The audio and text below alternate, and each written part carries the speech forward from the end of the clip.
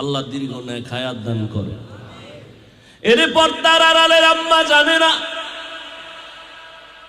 ইমাম গজালি বলেন সব বাচ্চাদের জন্য মা হলো প্রাথমিক শিক্ষিকা। যেই মা নামাজি, দেখবেন ওই ছোট্ট বাচ্চা মা যখন আজান শুনে ওযু করে, বাচ্চাও ওযু বানায়। দেখছেন নি কারবার, বাচ্চাটা ওযু বানায়। মা ওযু বানাইতে গিয়া চেহারাটা ধোয়, বাচ্চা তো বুঝে না, পুরো গোসল কইরা ফেলায়। মুখ ধুইতে গিয়া জামা ভিজায় ফেলাইছে। আম্মা জান যায় নামাজ বিছাইয়া নামাজের মুসাল্লায় দাঁড়াইছে। ছোট্ট বাচ্চাটাও গিয়া মায়ের কাছে কিনারায় দাঁড়াইছে। আম্মা জান বুকে হাত বেঁধে সূরা ফাতিহা পড়ে ঠোঁট নাড়ায়। বাচ্চা তো বুঝে না মা কি পড়ে, বাচ্চাটাও মায়ের ঠোঁটের দিয়ে তাকায় তাকায়ও ঠোঁট নাড়ায়। আম্মা জান যখন রুকুর মধ্যে যায়, বাচ্চাটাও রুকুর ভিতরে যায়। আম্মা জান যখন সিজদায় গেল, বাচ্চাটাও সিজদায় চলে গেল। আম্মা জান নাক আর কপাল ঠেকাইয়া সিজদা করল, কিন্তু বাচ্চাটা গাল মাটিতে লাগায় মায়ের মুখের দিকে তাকায় আছে। দেখে মা ঠোঁট নাড়ায়, বাচ্চাটাও ঠোঁট নাড়ায়।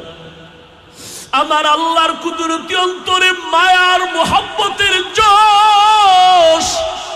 আল্লাহ ডেকে বলেন, ফেরেশতা তাকায় দেখ, ওই শিশু বাচ্চাটা ঠোঁট নাড়ায় কেন? বলে আল্লাহ বাচ্চা ঠোঁট নাড়ায় এই জন্য, মা ঠোঁট নাড়ায় এই জন্য বাচ্চাও নাড়ায়। বলে ওর মা কি কয়? বলে ওর মা বলে সুবহানা রাব্বিয়াল আলা। আল্লাহ কয় লেখ, এই বাচ্চাও বলে সুবহানা রাব্বিয়াল আলা। এই বাচ্চার তো কোনো আমল নামা নাই, এই বাচ্চার সওয়াবগুলো মায়ের আমল নামায় লিখে দাও। ও পর্দার আড়ালের আম্মা জান, আল্লাহ সন্তান দিয়েছেন, ওই সন্তানকে আদর্শ মানুষ বানাইয়েন। ডাক্তার বানাবেন বাধা নাই, তবে কোরআনওয়ালা আদর্শের ডাক্তার বানায় যাইয়েন। সন্তানের ব্যবহারে যেন আলেমরা কষ্ট না পায়, সন্তানের আচরণে যেন মুরব্বীরা কষ্ট না পায়, সন্তানের ব্যবহারে যেন কোনো বন্ধু বান্ধব কষ্ট না পায়। আম্মা জান একদিক দিয়ে সন্তানকে বুঝাবেন, আবার নামাজ পড়ে দোয়াও করবেন। এরে আম্মা জান আল্লাহর কাছে দোয়া করলেন, সন্তানকে আদবওয়ালা বানালেন, নবীর আদর্শে সন্তান বড় হয়ে গেছেন। ওই স্বামী আর স্ত্রী দোয়া বন্ধ করে নাই। একদিক দিয়ে বুঝায়, খানার বেলায় দস্তারখানে আমল শিখায় দিলেন, হাত কেমনে ধুইবে শিখাইলেন, সুন্নতের আমল শিখায়। আস্তে আস্তে সন্তান বড় হয়ে গেল, আল্লাহ তাকে এমন ক্ষমতা দান করলেন, সিরিয়ার জমিনের মধ্যে জালেমের আক্রমণ, মিশরের জমিনের মধ্যে জালেমের আক্রমণ। ওই স্বামী আর স্ত্রীর মাঝে আল্লাহ এত নববী আদর্শ দান করেছেন, ওই আদর্শ সন্তান পাইয়া এমন আলোকিত হয়ে গেল, মিশরটাকে বিজয় করে নিলেন, সিরিয়ার জমিনটাকে হাতের মধ্যে নিলেন। মসজিদে আকসা, বাইতুল মুকাদ্দাস, যেখানে জালেম ইহুদিদের আক্রমণ, ইসরায়েলিদের আক্রমণ, ওই সময় জালেমদের আক্রমণ থেকে মসজিদে আকসাকে হাতের মধ্যে নিয়ে নিলেন, মুসলমানের উপরে জুলুম নিপীড়ন বন্ধ করায় দিলেন।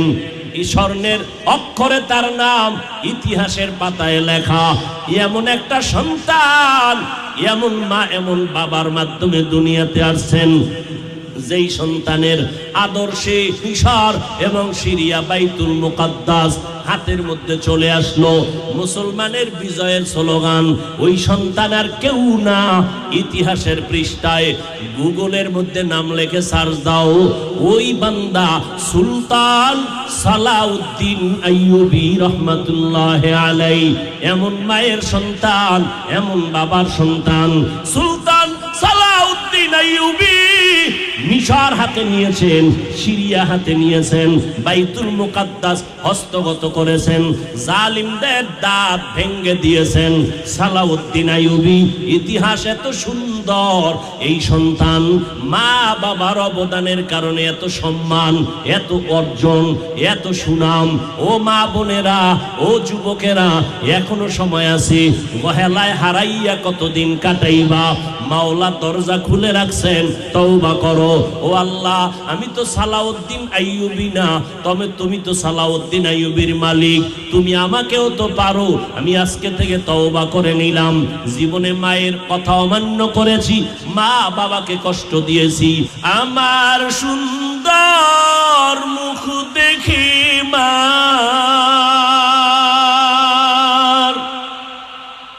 আমার সুন্দর মুখ দেখি মায়ের ব্যথা যায় দে হাসাইয়া।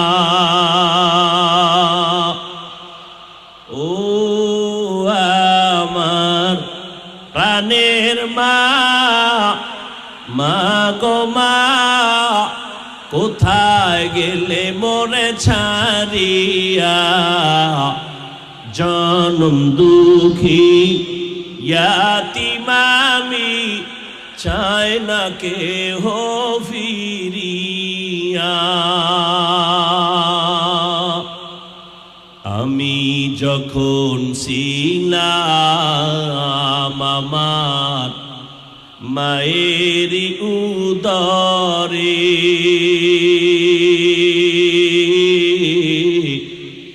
চলাফেরা করলেন যে মায়, কত কষ্ট করে।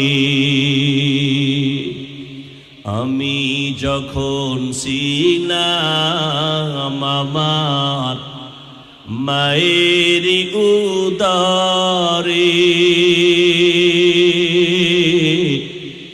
চলাফেরা করলেন যে মায়, কত কষ্ট করে। এমন মাকে কেমনে আজি, এমন মাকে কেমনে আজি যাব আমি ভুলিয়া।